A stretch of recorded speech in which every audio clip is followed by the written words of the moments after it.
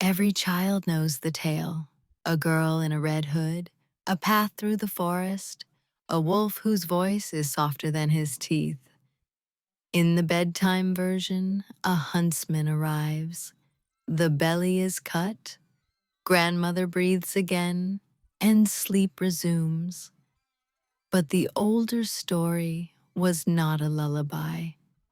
It was a warning whispered where women could speak. Kitchens, doorsteps, the smoky edge of a hearth. There they taught what could not be named, packing fear into fable so daughters might recognize it when it smiled. Long before print, French and Italian villagers told the story of grandmother. In some versions, the intruder was a man-wolf, a bzoo, walking upright and using manners as bait. In others, the girl unknowingly ate meat and drank wine prepared from her grandmother's body. Sometimes she escaped by trickery. Often she did not. The point was constant. Danger does not roar first. It converses. Symbols carried the code. The hood was not always red.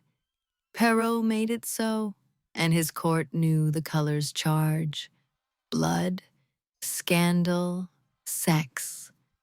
In 17th century France, to say a woman had seen the wolf meant she had lost her virginity. The cloak marked the threshold when a child became visible to hunters. The forest was not geography, but the zone beyond supervision, where rules grew thin. The path was propriety. To step off it, to pick flowers, talk, or wander, was to claim agency, which moralists called sin. Perrault ended with no rescue and a poem. The kindest wolves are the most dangerous. His target was not beasts, but courtiers who hunted reputations with compliments. The lesson was severe. Society would not punish them or protect you. Survival required suspicion. A century later, the Grimms replaced suspicion with obedience. They removed the undressing and the bed's suggestion, then installed a huntsman who reverses death and fills the wolf with stones.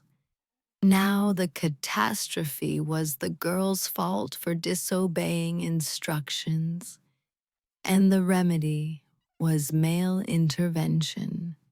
The edit flattered authority while training children to distrust curiosity. It also shifted guilt from hunter to prey. Yet the engine of the tale still hums because its observation remains true.